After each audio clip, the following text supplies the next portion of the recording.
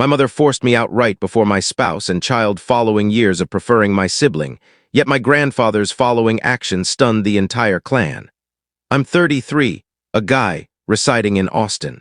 I serve as a licensed building fabricator. I began handling cement tasks right after secondary school since higher education wasn't feasible due to money issues. I picked up fabrication skills during employment, and currently I earn good income constructing items that will endure beyond us all. It's straightforward labor, and I truly enjoy it. The team I collaborate with is reliable. Carlos, my supervisor, is this straightforward fellow from El Paso who can glance at a support and detect if it's misaligned by a fraction of an inch. Mike manages protection and was formerly a military police officer. The man's constructed like a football defender and tolerates no nonsense from anybody. We primarily focus on business structures in the city center, plus some home projects when conditions are favorable. My spouse Alina instructs fourth-year students and remarkably keeps her composure managing 28 youngsters daily. The lady possesses endless tolerance and returns with tales that might cause you to doubt the prospects of society. Recently, one of her pupils inquired if George Washington created the smartphone. Alina devoted 20 minutes clarifying the idea of past chronologies while maintaining composure. We have a girl, Bella, who recently became 7 and is essentially a mobile inquiry symbol with braids. Recently, she questioned me if prehistoric creatures possessed navels. I informed her I'd need to search that online. This is where matters become intricate. I possess a junior sibling, Danny, who's been the prized offspring since we wore nappies. He's 29 currently, holds a business position in the city where he dons casual pants and utters phrases like, "Let's revisit that," without sarcasm. During childhood, this individual could have incinerated the residence, and my folks would have faulted the fire starters. The bias wasn't discreet. It resembled existing in a comedy series where I played the humorless secondary role. A prime illustration. When I was 12, I unintentionally damaged my father's angling pole attempting to throw it.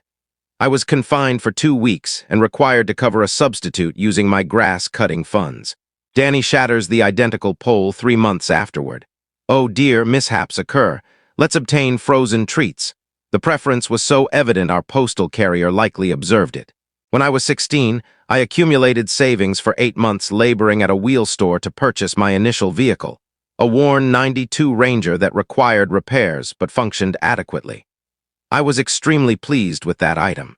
I dedicated each weekend repairing it, studying motors, and truly becoming quite skilled with manual tasks. 3 weeks following getting it operating flawlessly, Danny, who was 12 and unable to operate a vehicle yet, states he appreciates it. Suddenly, Rick draws me aside and mentions, "Your sibling truly respects that vehicle. You ought to allow him to possess it when he reaches 16. Kinfolk distribute items, not requests, instructs me I should surrender the vehicle I acquired with my personal funds. When I declared absolutely not, abruptly I was egocentric and not considering relatives. They ultimately purchased Danny a fresh Silverado for his 16th celebration while I retained my aged Ranger. The most severe portion occurred during my final year. I gained admission to a vocational program that would have funded my fabrication qualification, a complete scholarship with assured employment afterward. When I informed them during supper, Rick scarcely glanced from his meat. "That's pleasant, Tom. Danny, share more regarding your SAT preparation session."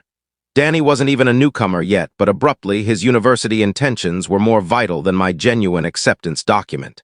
Grace simply agreed. It's crucial to prepare in advance for authentic higher education.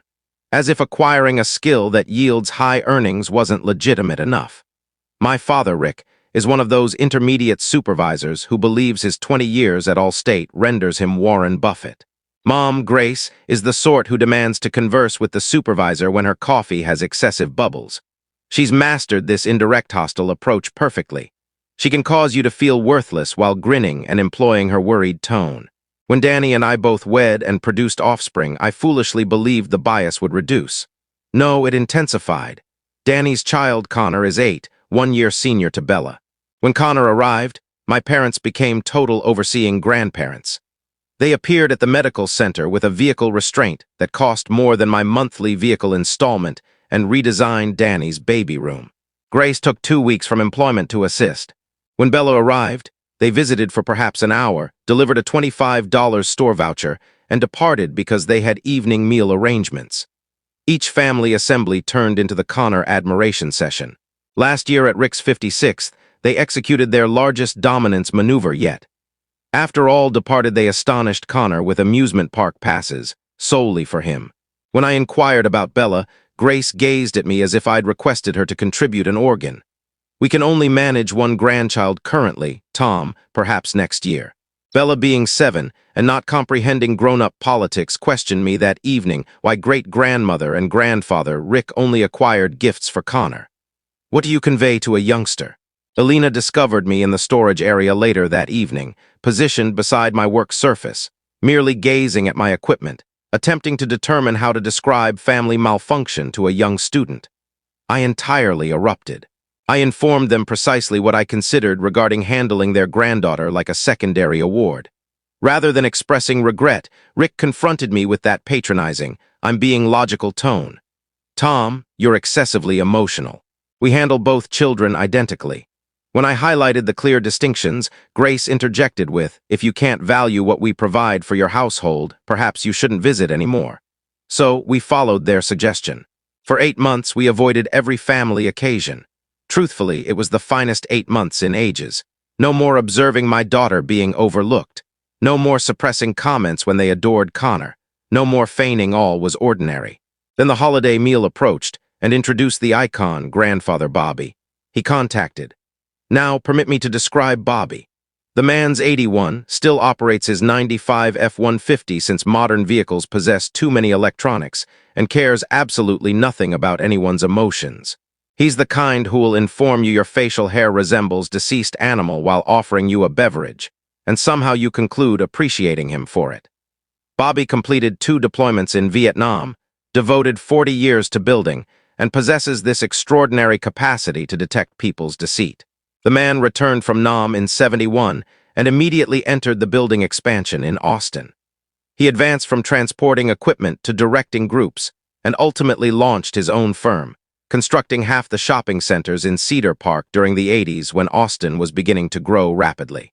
He's got narratives that would astonish you, like the occasion he dismissed a man for arriving intoxicated, and the individual attempted to combat him with a fastener device. Bobby simply removed it from him like he was neutralizing a child with a liquid sprayer. When other grown-ups were providing me equality award nonsense, Bobby stated, youngster, you're not the smartest light, but you appear and labor diligently. That counts more than intelligence. Harsh truth enclosed in true affection. He instructed me how to utilize actual equipment when I was 10, permitting me to assist with real tasks instead of providing me some child mallet and a piece of timber.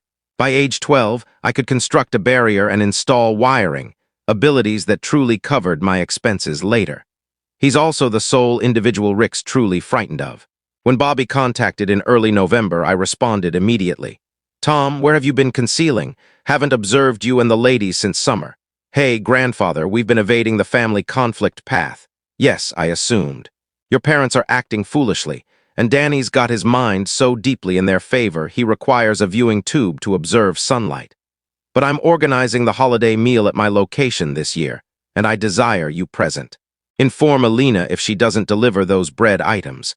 I'm altering my internet code and not revealing it to her. Bobby's residence is this aged farm dwelling in Cedar Park that he's been repairing eternally. The man's got a work area that's essentially a supply store and sufficient outdoor space for children to play freely. The work area is where Bobby truly thrives. Every device has its spot, arranged like a armed forces procedure. He's got this vintage cutting machine from the '70s that still slices more accurately than anything available at the home store. Bella adores visiting there because Bobby truly permits her to assist with tasks instead of merely observing from afar. I'm unsure, grandfather. Situations are quite unpleasant with everybody currently. Did I hesitate? I stated I desire you present. Additionally, someone must ensure I don't unintentionally contaminate your father's meal, stated unintentionally. For the following 2 weeks, Bella created a greeting for Bobby. She inscribed, appreciate you for always hearing me, in violet marker. The youngster has excellent perceptions about individuals. I was unaware my parents were about to provide Bobby all the material he needed to destroy their whole existence. The holiday arrived, and we were delayed because Bella chose she needed to rearrange her hairstyle 4 times to appear ideal for great-grandfather.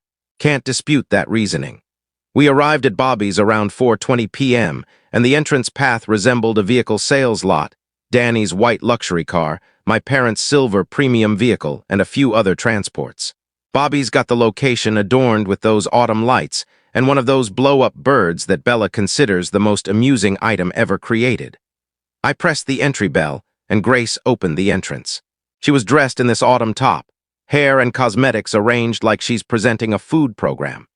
The lady has this habit where she dresses formally for family occasions like she's anticipating photographers, then behaves astonished when people observe she's overdressed for consuming bird and viewing sports. For a brief moment, I thought perhaps we could simply endure this without conflict. Then I observed her expression, that artificial grin that doesn't reach her gaze, the manner she's placed to obstruct the entrance like a guard. Oh, you've arrived.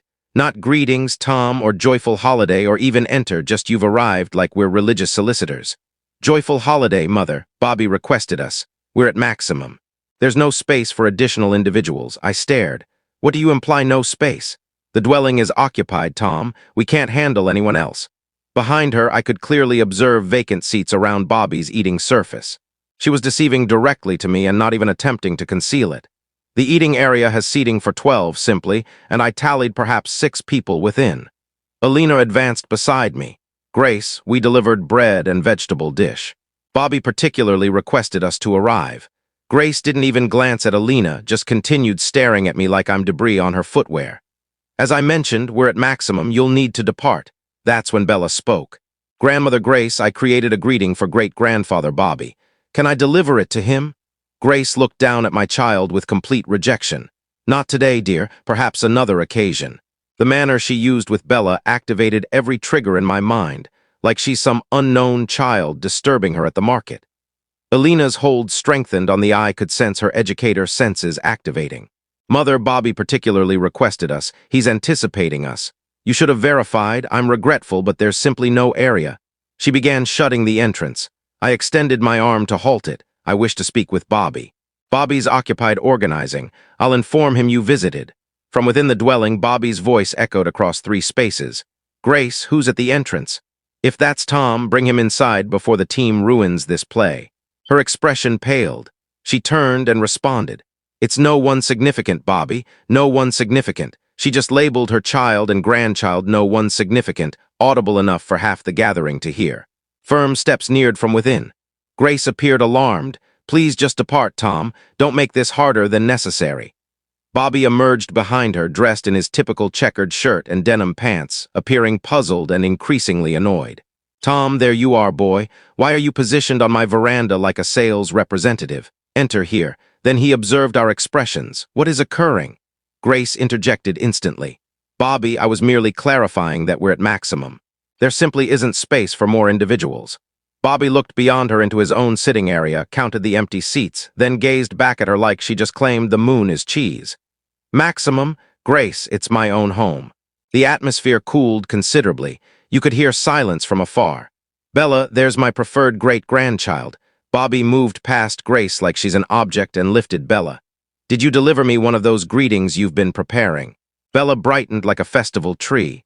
Yes, I illustrated you in your work area with all your devices. Well, I certainly need to view that creation. Come on, let's obtain you some meal before your father consumes it all. We entered the sitting area, and I could observe Danny on the sofa with Connor, Bobby's adjacent Jim and his spouse Betty near the screen, and my relative Ryan positioned against the cooking entrance with a beverage. There was obviously ample space. Grace was merely being spiteful for entertainment. Bobby arranged us at the eating surface and began filling Bella's dish with sufficient food for a minor force for the next hour. He provided Bella his full focus, while she described her mountain experiment in detailed manner. Meanwhile, Grace and Rick were performing this indirect hostile act where they conversed loudly about Connor's recent successes while directing negative glances our way. The difference was harsh. Bobby's posing Bella genuine inquiries about her experiment, like what kind of flow she utilized, chemical mixture obviously, and if actual mountains function similarly. Grace and Rick were conducting this audible discussion about Connor's advanced program evaluation results. ensuring everyone could hear how outstanding their prized grandson is. Danny's merely positioned there, appearing uneasy, trapped between his parents' display and the evident strain in the space. After meal, Bobby took Bella to the work area to display his new pressing machine. That's when Grace trapped me by the beverage station. I hope you're satisfied. You've entirely disturbed the family balance here by delivering my child to see her great-grandfather, by imposing your presence where you obviously weren't desired. Elena positioned between us. Grace, we were requested. Bobby particularly asked us to arrive. Bobby's aging. He doesn't comprehend the complex family circumstance. What's complex about handling your grandchild like she counts? Grace's facade slipped briefly. Some individuals need to recognize their position in this family. That's when Bobby's voice interrupted from the entrance. And what position would that be, Grace? We all stopped. Bobby was positioned there with Bella, who was grasping some wood he permitted her to smooth. His look was entirely neutral, which was somehow more frightening than if he appeared furious. Bobby, You were merely what? Clarifying to my grandson that he needs to know his position in my home on the holiday. Certainly not. I would never utter something like that. Bella, dear, why don't you go display Connor your wood task? I need to conduct an adult discussion. After Bella departed happily, Bobby shut the cooking entrance behind him. When he spoke, his voice was soft, but there was strength beneath each term. Grace, I've been observing this for years. I kept silent because it wasn't my concern how you nurtured your children. But this is my home, and what just transpired at my front entrance, that made it my concern. Bobby, you don't grasp the complete circumstance. I grasp enough. He approached his cooking surface and lifted this small screen gadget. You know, Tom, I grew weary of individuals taking deliveries from my veranda, so I set up one of those entry cameras a few months ago. Useful small device, captures everything in clear quality. My heart sank. Want to view what truly transpired at my front entrance today? Bobby touched the display, and suddenly we were all observing a precise replay of Grace rejecting us. Every falsehood, every rejecting remark, every instance of harshness toward Bella, all saved in electronic detail. We're at maximum. There's no space for more individuals. The home is occupied, Tom. We simply can't handle anyone else. But the most condemning portion came when you could hear Bobby clearly calling from within the home, asking who's at the entrance, and Grace responding audibly, "It's no one significant." Ryan, who entered the cooking area for another beverage, emitted a quiet sound. Wow, Grace. When they say captured in the act, they usually don't mean it this directly. Complete quiet. Rick gazing at the ground like it's the most fascinating item he's ever viewed. Grace is moving her mouth like a stranded fish. Anyone wish to clarify this to me? Bobby inquired. Danny selected this precise moment to enter the cooking area seeking another beverage. Bobby replayed the recording for his information. I observed my sibling's expression as he realized what Grace did and how terrible this appeared. Well, if Tom had just contacted ahead to verify the arrangements. Danny, Bobby's voice was sharp. Cease speaking now before you utter something that causes you to be removed too. Let me make something absolutely clear to everyone here. This is my home. I requested Tom and his family for the holiday meal. Grace chose to act as guard and deceive everyone involved, including me. That's not a confusion, that's intentional harshness. He gazed at each of them directly. Here's what's occurring. Rick, you and Grace are departing my home immediately. Danny, you can remain if you keep silent, but if you utter one more term supporting this nonsense, you can depart with them. Rick discovered his voice. Father, you can't simply eject your own relatives. Observe me. Grace attempted once more. Bobby, please, if you'll just hear our perspective. Woman, I've been hearing your perspective for years. You made this my concern when you deceived me in my own home about my own grandson. Bobby approached the window and gazed at his outdoor area, where Bella and Connor were interacting with his pet. You know what I observe when I look at that young girl? I see a child who's intelligent, amusing, and compassionate to everyone she encounters, but her own grandmother handles her like a bother. He turned back to Grace. You want to know what your grandchild questioned me in the work area? She asked if she committed something incorrect to make you dislike her. A 7-year-old believes she's done something wrong to merit how you handle her. Elena's eyes welled. Grace said feebly, I never intended for her to believe. You intended precisely what you did. You wanted her to know she doesn't count as much as Connor. Bobby opened the cooking entrance. Depart my home. Danny, determine now whether you're remaining or departing with them. Danny gazed back and forth between his parents and Bobby like he's attempting to resolve a calculation. Come on, Danny, Grace said. We don't have to endure this.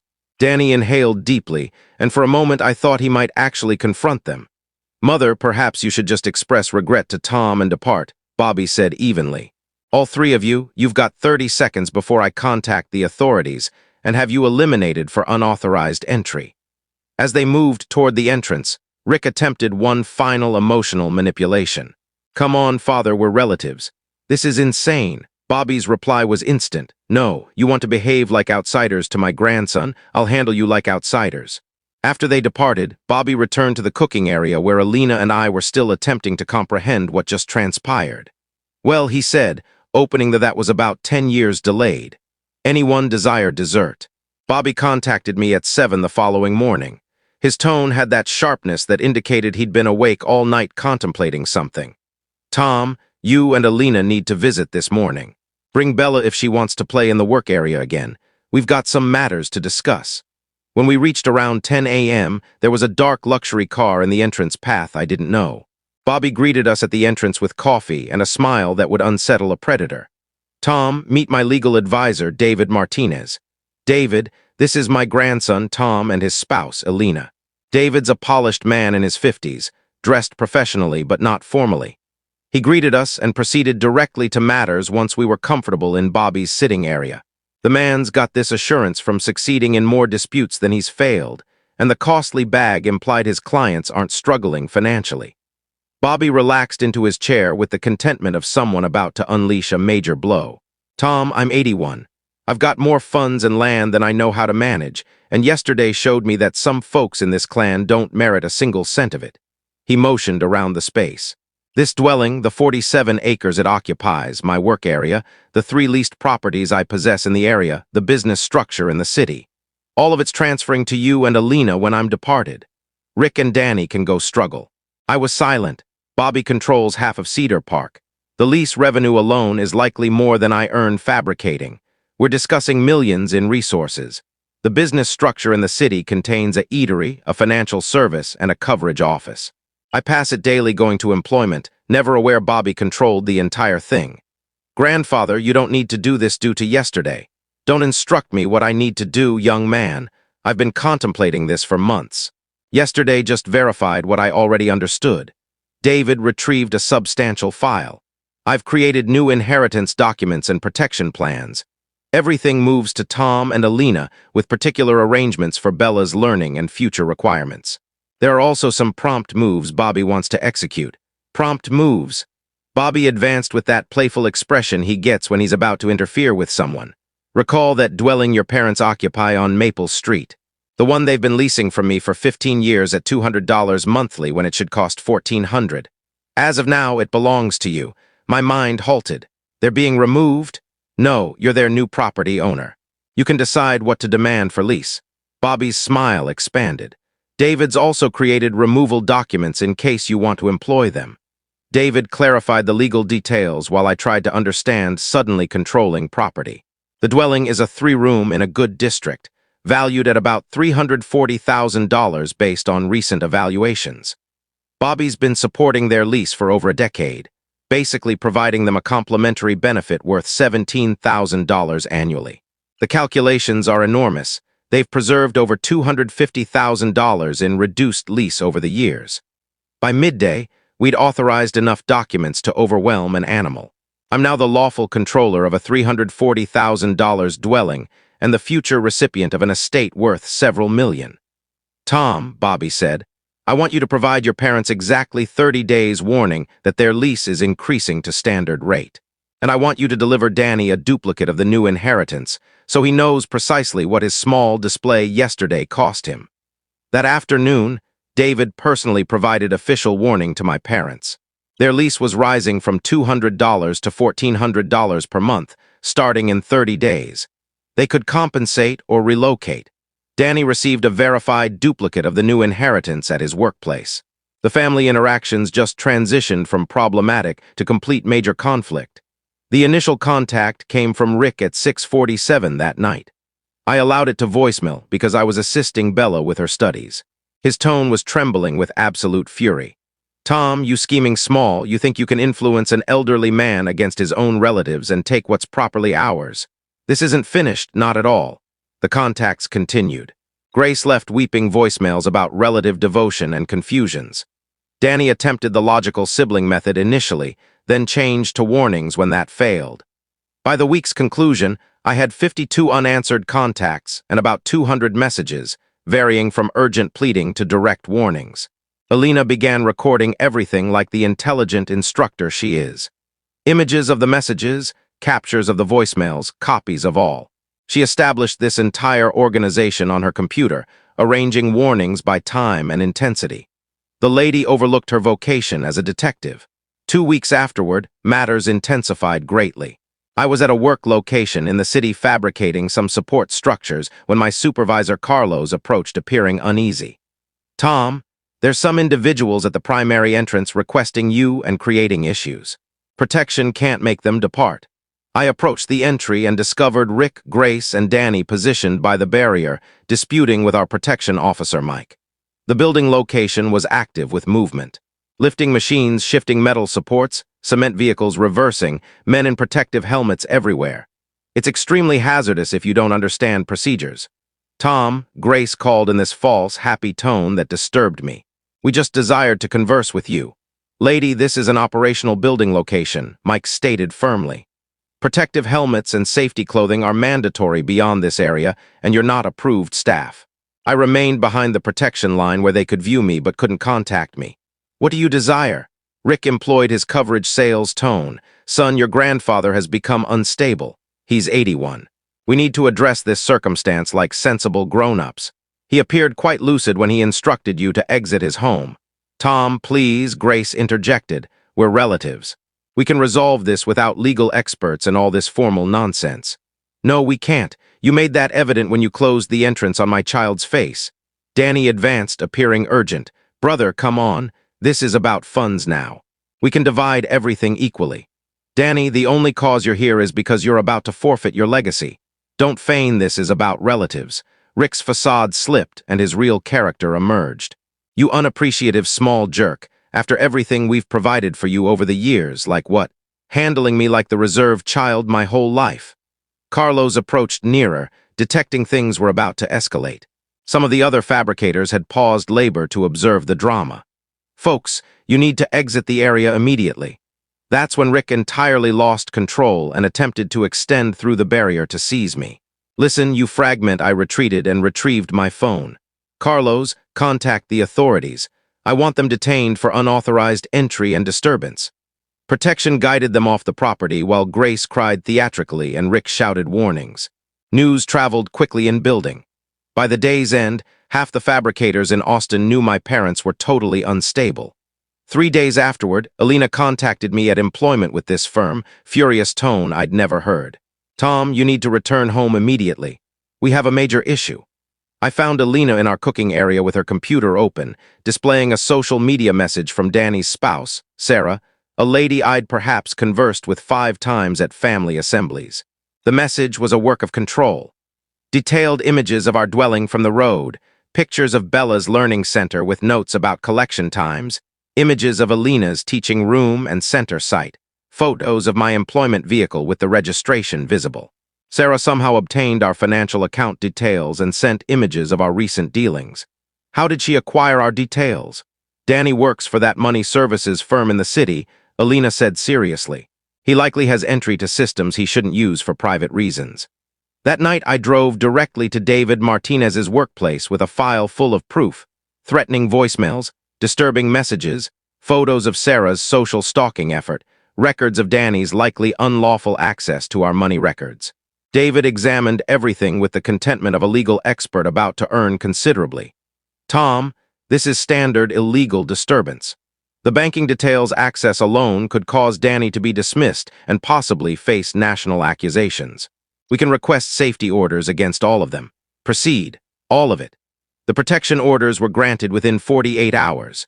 Rick, Grace, Danny, and Sarah were lawfully barred from contacting us, approaching within 500 feet of our residence, Alina's learning center, Bella's learning center, or my employment place. For about 2 weeks, matters were calm. Then Bobby contacted with information that chilled me. "Tom, you need to be aware, your parents employed some low-level legal expert to challenge my inheritance." A man named Peter who was removed from practice in Dallas for rule breaches and established here. Can they actually reverse your inheritance? David says they don't have a minimal chance, especially with that entry camera recording, but they're going to create disturbance and waste time hoping we'll agree. The legal dispute was weak. Peter submitted documents claiming Bobby had mental decline and was improperly swayed by me. It was such clear absurdity that the official set a session for the next week instead of the typical extended process. The safety order lasted for exactly 23 days. I was in the outdoor area with Bella on a Saturday morning in January, assisting her construct a snow figure from the unusual snowfall we received overnight, when I heard vehicle entrances close in the entrance path. Bella, enter inside immediately and locate Mother. Tell her to contact emergency. But Father, we're not completed with the snow figure. Immediately, child, enter and secure the entrance behind you. Bella hurried inside as Rick and Grace came around the rear of the dwelling. They appeared like they hadn't rested or cleaned in weeks. Rick's face was flushed and swollen. Grace's cosmetics was smudged, and they both had that urgent edge of people who'd forfeited everything. Tom, we need to converse, Rick said, attempting to sound logical while obviously struggling not to yell. You're breaking a safety order. Depart now or you're heading to detention. Just listen to us for 5 minutes, Grace begged. We forfeited the legal dispute. Peter took our advance payment and vanished. We're going to forfeit the dwelling in 2 weeks. That's not my concern. Rick advanced closer and I could detect the urgency on him. Tom, we're your parents. We committed some errors, but you can't just discard your own relatives. I'm not discarding you. I'm permitting you to confront the natural results of your decisions. Grace collapsed entirely. Please, Tom, we'll do anything. We'll handle Bella better. We'll express regret to everyone. We'll attend relative guidance. Grace, you labeled my child no one significant and closed an entrance in her face on the holiday. That's who you truly are. Urgency doesn't alter that. That's when Rick finally broke completely. You think you're superior to us? You're nothing. You've always been nothing. A average fabricator with an average spouse raising an average child, and now you think some legacy makes you unique. The authorities' sounds interrupted him mid-outburst. 2 patrol vehicles entered our entrance path with signals flashing. The detention was standard. Officers informed them of their rights while Grace cried about relative disloyalty and Rick raged about dishonest officers. Several adjacent people emerged to observe the display. Mrs. Rodriguez from adjacent actually began applauding. 2 days afterward, Danny contacted from a number I didn't know. Tom, it's Danny. Please don't disconnect. Sarah departed me, man. She took Connor and relocated to her parents' location in Dallas, emptied our shared financial account, and submitted for separation. He sounded truly shattered. For a brief moment, I almost sympathized with him. Then I recalled him selecting their side at the holiday. I recalled 30 years of him receiving the prized treatment while I got remnants. Danny, I'm disconnecting now. Don't contact this number again. Tom, wait, please. I terminated the contact and blocked the number. 4 months afterward, Rick and Grace relocated from the leased dwelling into some housing complex on the opposite side of town. They loaded everything into a damaged rental truck and drove away without farewell to anyone. Danny was dismissed from his money services employment for the information violation. Last I heard through rumors, he's vending pre-owned vehicles at some area in Houston and residing in a small unit. Alina and I take Bella to see Bobby every Sunday after worship. The elderly man's instructing her how to employ basic manual devices securely, and she's constructing a bird shelter for her outdoor area. When she displays him her latest learning tasks, he listens like she's presenting to space experts. 6 months afterward, I was at Bobby's location, assisting him replace some outdoor planks, when my relative Ryan arrived with beverages and news. Man, you'll never predict what occurred, Ryan said, opening a local brew. Encountered Danny at the home store yesterday. Guys employed there now, wearing one of those colored vests, attempting to describe drilling parts to buyers. How'd he appear, like he aged a decade and half a year? But here's the top part. He observed me, approached all amicable, and inquired if I thought you'd be open to arranging something about the legacy circumstance. I nearly gagged on my beverage. He's still believing there's an agreement to create. Gets superior. He proposed, perhaps,